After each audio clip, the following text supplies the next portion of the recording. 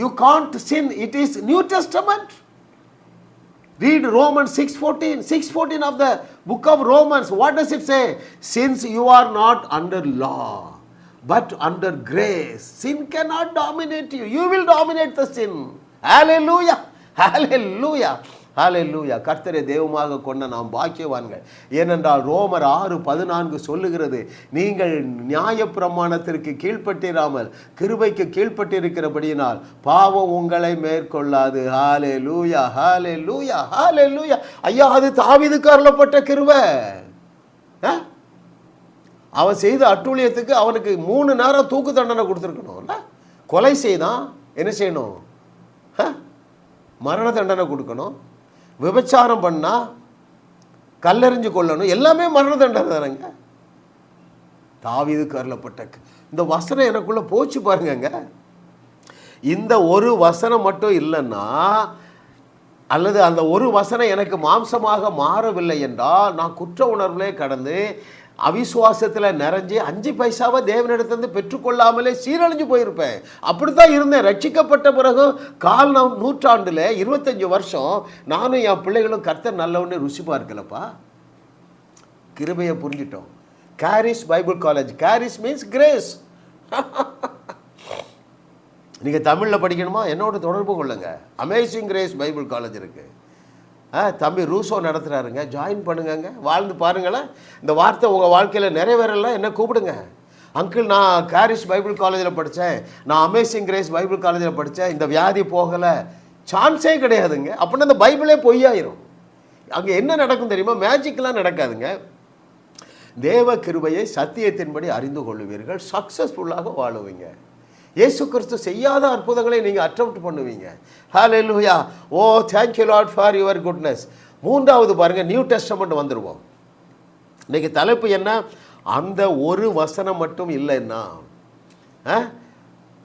ரோமர் 8:30 மட்டும் இல்லைன்னா என்னுடைய வாழ்வு மிகவும் பொறுப்பு மிக்கது என்பதை அறிந்திருக்க மாட்டேன். ரொம்ப முக்கியமான ட்ரூத். எதை அறிந்திருக்கிற மாட்டேன்? என் வாழ்க்கையில் ரொம்ப ரெஸ்பான்சிபிலிட்டி இருக்கும்போது அறிஞ்சிருக்க மாட்டேன். அது என்ன வசனம்? ரோமர் 8:30 நான் மனப்பாடம் செய்யிட்டேங்க. எவரை முன்குறித்தாரோ அவர்களை அழைத்தும் இருக்கிறார், எவர்களை அழைத்தாரோ அவர்களை நீதிமான்களும் ஆக்கியும் இருக்கிறார், எவர்களை நீதிமான்கள் ஆக்கினாரோ அவர்களை மகிமைப்படுத்தியும் இருக்கிறார். என்னை நீதிமான் ஆக்கிட்டாரு, என்னை மகிமைப்படுத்திட்டாரு. நீங்கள் பாருங்கள், மகிமை என்றால் ஒரு சின்ன உதாரணம் சொல்கிறேன். இயேசு கிறிஸ்து ஆனால் ஒரு கல்யாண வீட்டில் அற்புதம் செய்கிறார் இல்லையா? அதில் எழுதியிருக்குது, அவருடைய நாமம் மகிமைப்பட்டதுன்னு எழுதியிருக்கு. உங்களுடைய நாமத்தை மகிமைப்படுத்த தேவன் உன்னோடு பேசி கொண்டிருக்கிறார். அப்படி என்றால் என்ன பொருள்? எப்போ I am fully qualified because God made Jesus my righteousness. That is God's righteousness. It comes only by faith. எப்பா, இந்த தேவ நீதி என்பது விசுவாசத்தினால மாத்திரம் வரும். நான் ரட்சிக்கப்பட்ட பொழுதே இயேசுவையே எனக்குள்ள தேவ நீதியாக வச்சிட்டாரு. எனவே நான் தேவ நீதிமான். எனவே நான் என்ன செய்வேன்? மகிமைப்படுவேன். பழைய ஏற்பாட்டை சொன்னதை தான் இன்னும் பிரசங்கிக்கிறீங்க. என்ன பிரசங்கிங்க? என்னுடைய மகிமையை ஒருவருக்கும் கொடுக்க மாட்டேன். அவ்வளோதான்.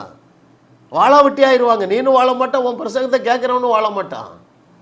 புதிய ஏற்பாட்டு வாங்க அருமையான சகோதரனே சகோதரியே, பிதாவே நீர் எனக்கு தந்த மகிமையை நான் இவர்களுக்கு கொடுத்துட்டேனார. இங்கே 8:30 என்ன வாசிக்கிறோம்? எவர்களை நீதிமான்கள் ஆக்கினாரோ அவர்களை மகிமைப்படுத்தியும் இருக்கிறார். ஹல்லேலூயா. சிம்பிளாக மகிமைனா என்னன்னு சொல்லட்டுமாங்க? You are fully qualified as well as you are fully empowered. For what purpose? To perform miracles like Jesus, and also more than that. For what purpose? To prove that the word of God is true. For what purpose? To establish his kingdom. தேவனுடைய வார்த்தையை உறுதி செய்ய, அற்புதங்களினாலும் அடையாளங்களினாலும் அந்த வார்த்தையை நீ உறுதி செய்து அவருடைய ராஜ்யத்தை பூமியிலே ஸ்தாபிக்கும்படியாக நீ நீதிமான் ஆக்கப்பட்டது எந்த அளவுக்கு உண்மையோ அதே அளவு தேவன் உன்னை மகிமைப்படுத்தி இருக்கிறார்.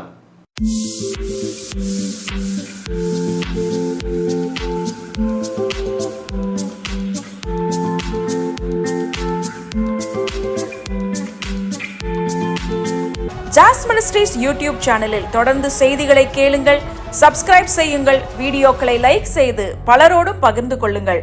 அவர்களும் ஆசீர்வதிக்கப்படட்டும்.